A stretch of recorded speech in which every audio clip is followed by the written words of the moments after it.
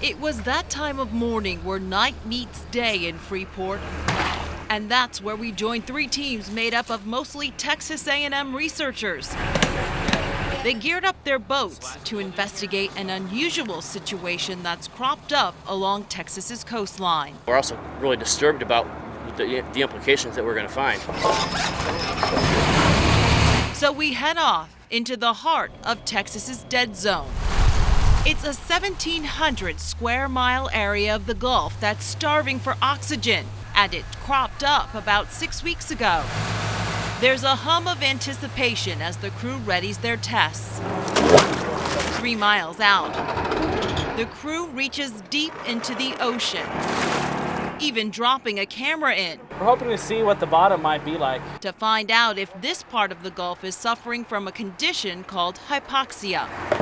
That's when the oxygen is so low in the salt water that it could prove deadly for marine life, hence the name dead zone.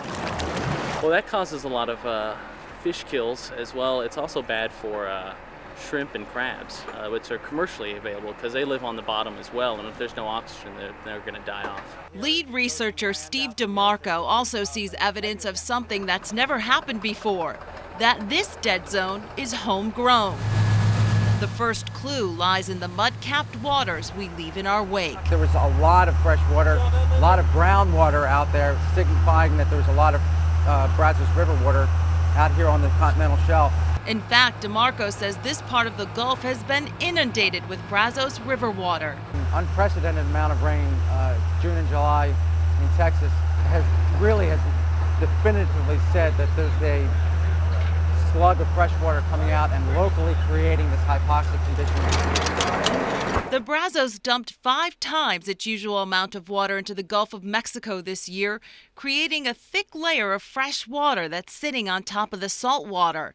With the freshwater layer soaking up all the oxygen, very little sinks down to the salt water and the marine life on the ocean floor.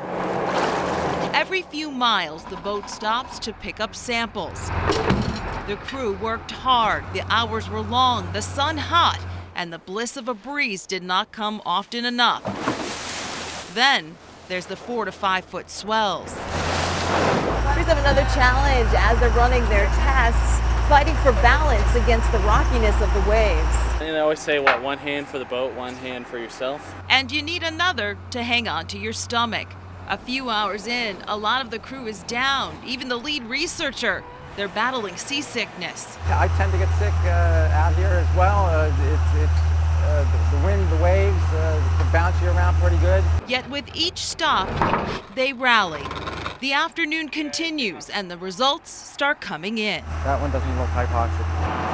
As we traveled back through the murky waters with dozens of vials and samples, what was becoming clear is that the crew's work had just begun. We made the first part. Off the shores of Freeport, Lee for Lisi, 11 News.